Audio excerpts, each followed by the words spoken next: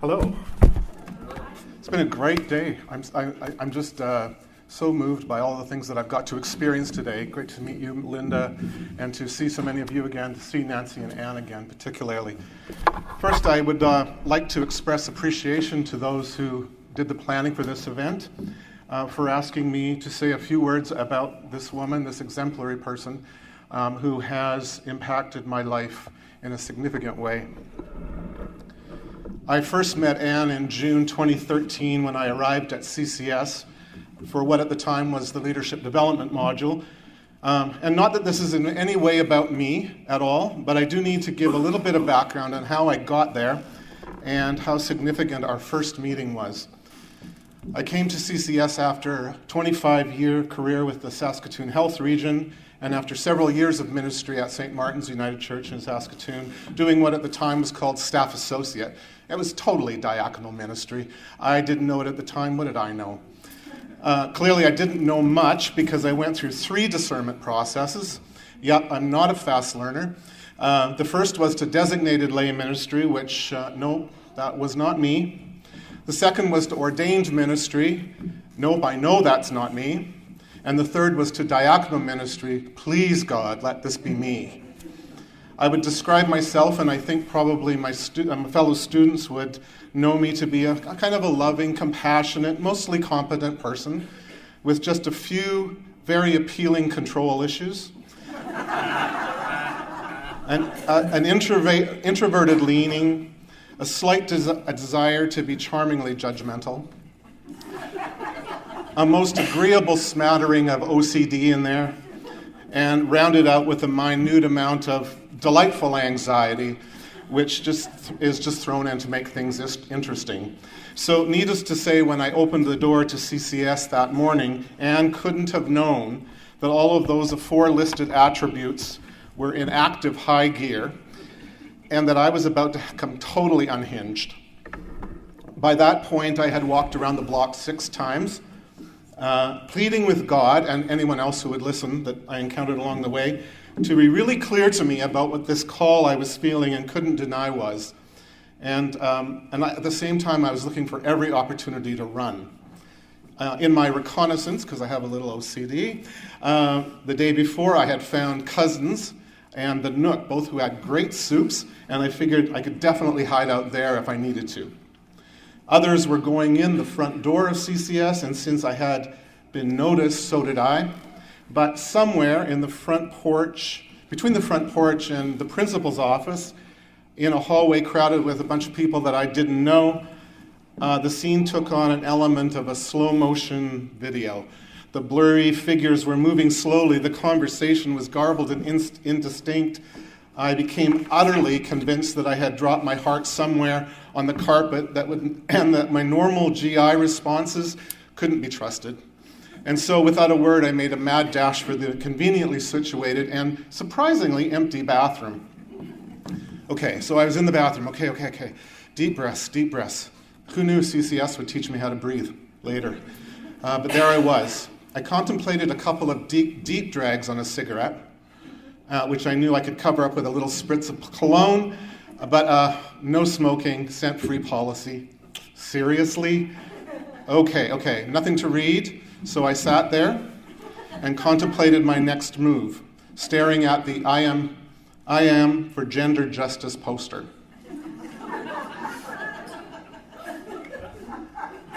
After an appropriate amount of time of getting things under control, as it were, I could no longer hear anyone in the hallway, and I thought, okay, good. I would quietly slip out the front door, and that would be that.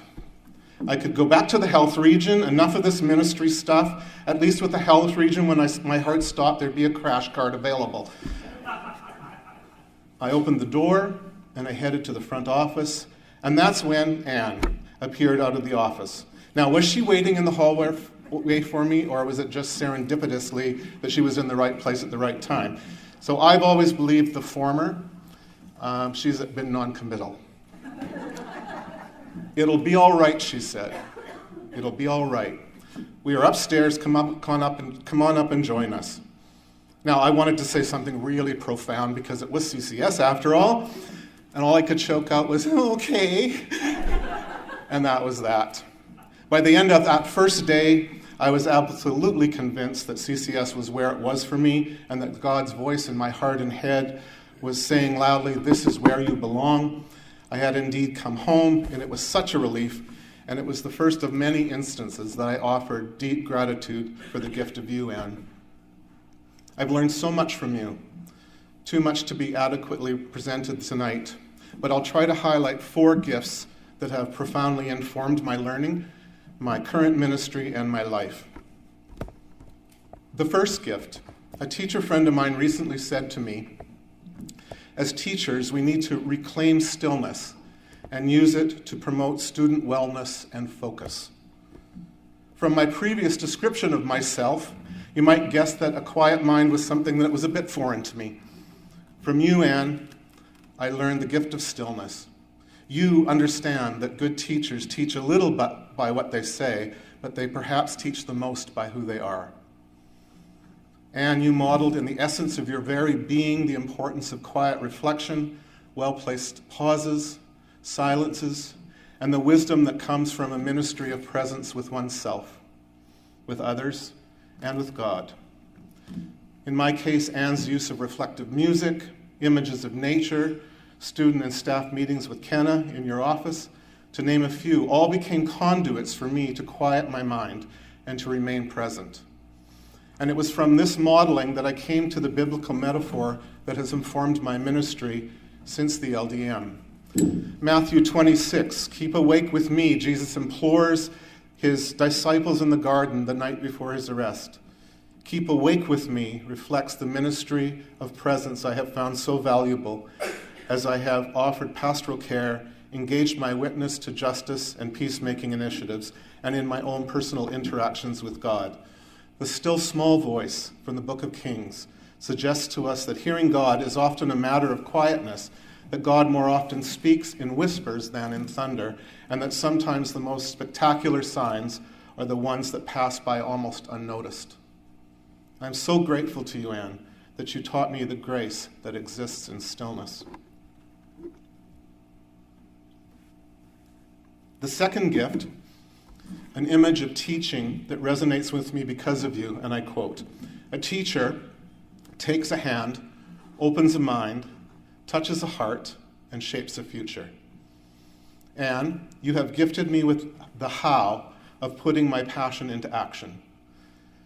A fellow classmate said of Ann, from Ann, I learned that passion rises from us all if we just find the way and a spark to ignite it. You found that spark in me, Ann, and you took it from hiding in a bathroom to this work in progress today. Previously, the lens through which I looked at life had only picked up the familiar and comfortable, and it was perhaps a little more black and white than I would like to admit. Through your love of diaconal ministry and your witness to and experience in education, pastoral care, peacemaking, and social justice, you have dramatically altered the lens by which I view the world. It's now much more colorful, much more diverse, and much more finely nuanced than I ever imagined possible. The third gift, and once again I quote, a good teacher is one who can understand those who are not good at explaining and can explain to those who are not very good at understanding. And you gifted me with the knowledge that the way that I learn best may be different than others, but is perfectly valid and can serve me well if I acknowledge it, embrace it, and allow myself to be creative with it. This gift flew in the face of years of trying to learn the way others thought I should. Words and concepts were confusing, abstract, and difficult for my brain to retain. Visuals were concrete and colorful and alive, and as such, easy for me to digest.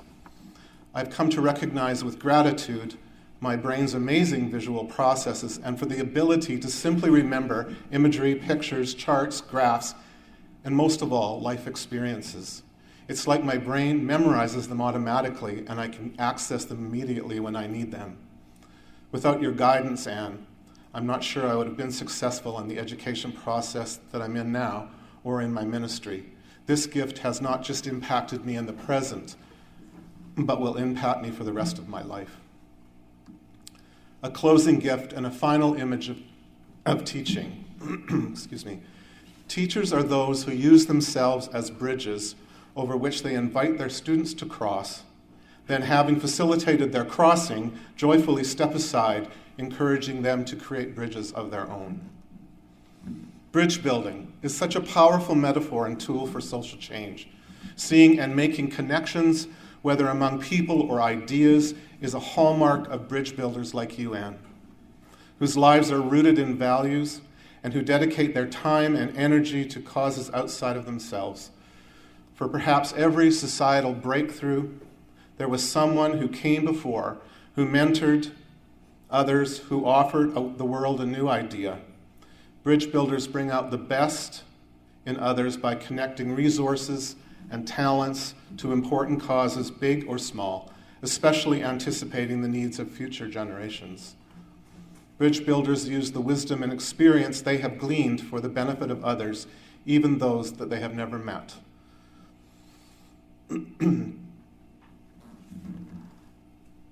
They seek to encourage, to connect, to strategize, and to share a vision with those who will come after.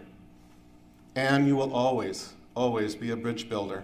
And while this latest transition in your life might not have been joyfully received, I believe that you will find new and unique ways to use your talents for teaching and mentoring and your joy of living in ways that will connect you to others to build bridges that could never have been constructed without you. And you are a friend, someone that's safe to laugh and weep with, a wise counselor, a mentor, a guide, a companion, an educator. You have shown me by example and you have given me love. I could not ask for more. I wish you courage and resolve and God's blessings as you navigate the now. Thank you hardly seems sufficient, but it comes from the depths of my being, as I am sure it does for each of us here. Thank you, Ann, with love and gratitude for the gift of you.